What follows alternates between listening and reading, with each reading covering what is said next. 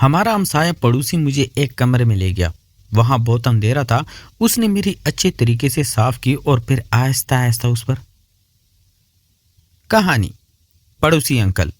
گلی نمبر 7 بظاہر عام سی گلی تھی، مگر وقاص کے لیے یہ گلی اس دن سے بدل گئی تھی جب سامنے والے گھر میں علی شفٹ ہوا تھا.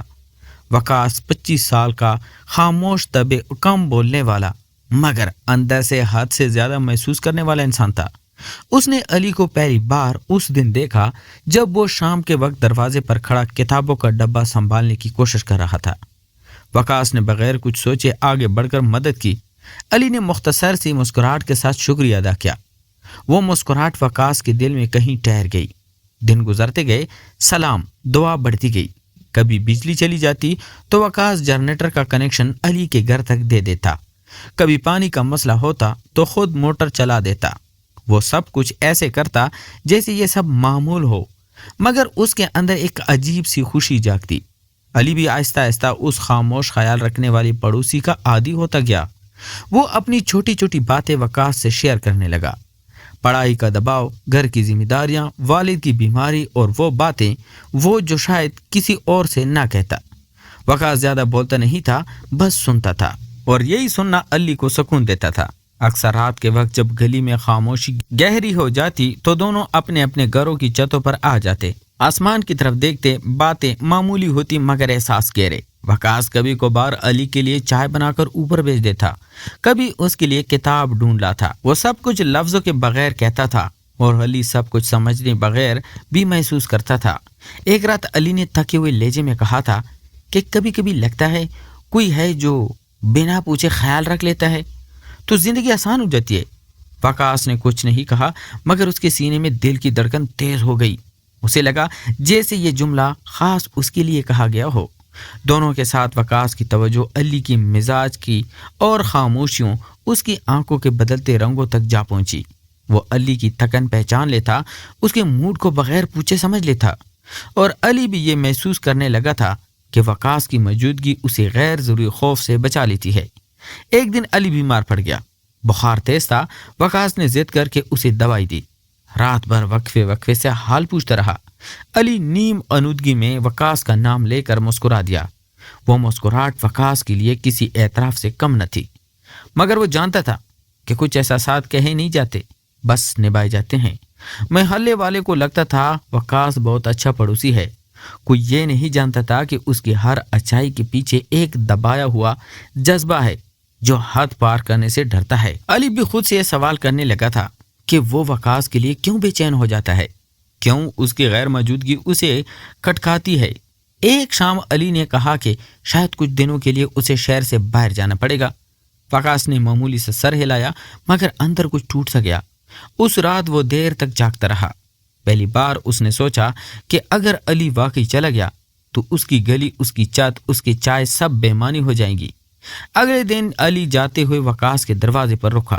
کچھ کہنے کو تھا مگر الفاظ نہیں. بس اتنا کہا کہ واپس آؤں تو چائے تم ہی بنانا. وقاص نے ہلکی سی مسکراہٹ کے ساتھ ہاں کہی، مگر اس کے دل میں ایک انجانا خوف بیٹھ گیا، کیونکہ وہ جانتا تھا کہ واپسی صرف فاصلے نہیں بدلتی، کبھی کبھی احساسات بھی بدل دیتی ہے. اور اسے یہ بھی اندازہ ہونے لگا کہ یہ خاموش محبت اب سب اس کے قابو میں نہیں رہی.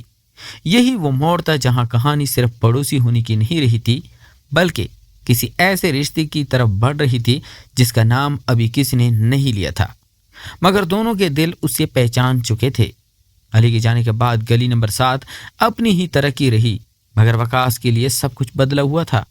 وہی دروازے، وہی چھت، وہی شام کی خاموشی، مگر سامنے والا گھر خالی سا لگنے لگا.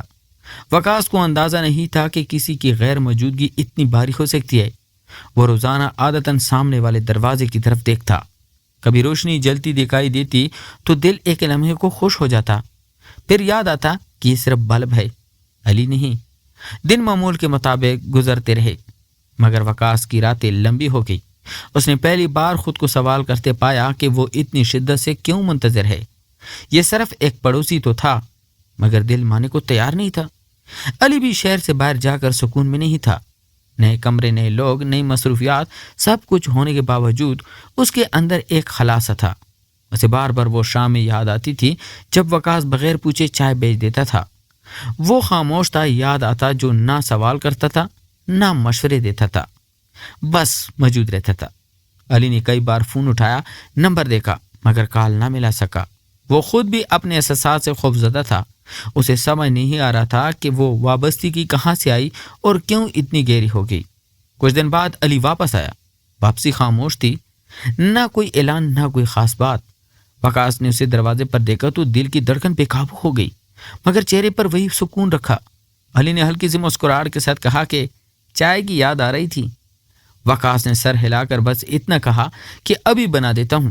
وہ لمحہ دونوں کے لیے عجیب تھا، جیسے فاصلے نے احساسات کو واضح کر دیا ہو، مگر زبان اب بھی خاموش تھی۔ دن دوبارہ پرانی روٹین میں ڈھلنے لگے، مگر اب خاموشی میں ایک نیا بوجھ شامل تھا۔ علی وقاص کے زیادہ قریب رہنے لگا، چھوٹی چھوٹی باتوں پر رک جاتا، دیر تک بیٹھا رہتا، کبھی کسی بہانے مدد مانگ لیتا۔ وقاص یہ سب دیکھ کر مگر خود کو قابو میں رکھتا۔ اسے لگتا کہ اگر اس نے ایک قدم بھی آگے بڑھایا تو سب کچھ بکھر سکتا ہے۔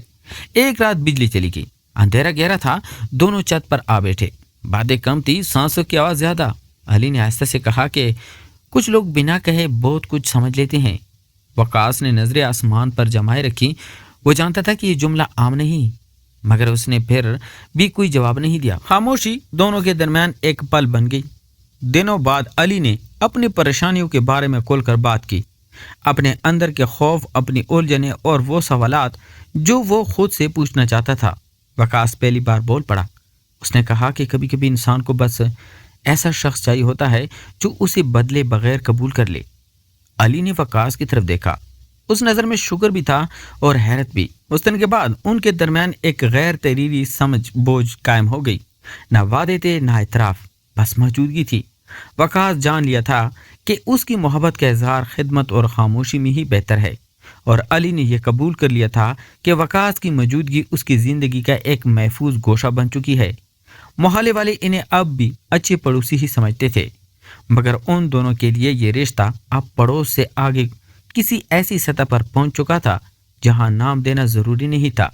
وقت آہستہ آہستہ آگے بڑھتا رہا، دن معمولی، راتیں خاموش، اور دونوں اپنی اپنی جگہ یہ سیکھتے رہے کہ بعض رشتے بول کر نہیں بس نبھا کر زندہ رکھے جاتے ہیں۔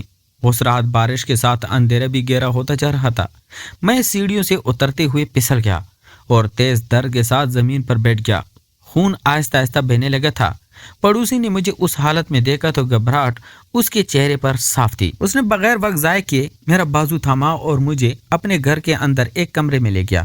وہ کمرہ مکمل اندھیرے میں ڈوبا ہوا تھا، صرف کھڑکی سے آتی ہلکی سی روشنی دیواروں پر لرز رہی تھی۔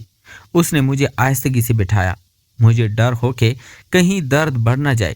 موبائل کی مدھم روشنی آن کی اور میرے زخم کو غور سے دیکھا۔ اس کی خاموشی میں بے پناہ فکر چھپی ہوئی تھی۔ اس نے پانی سے زخم صاف کیا، پھر لمس میں احتیاط دی جیسے وہ درد کو چھو رہا ہو۔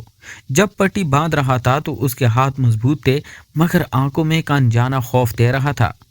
اس اندھیرے کمرے میں وقت جیسے رک سا گیا تھا، نہ کوئی سوال نہ کوئی وضاحت، بس ایک انسان دوسرے انسان کا خیال رکھ رہا تھا۔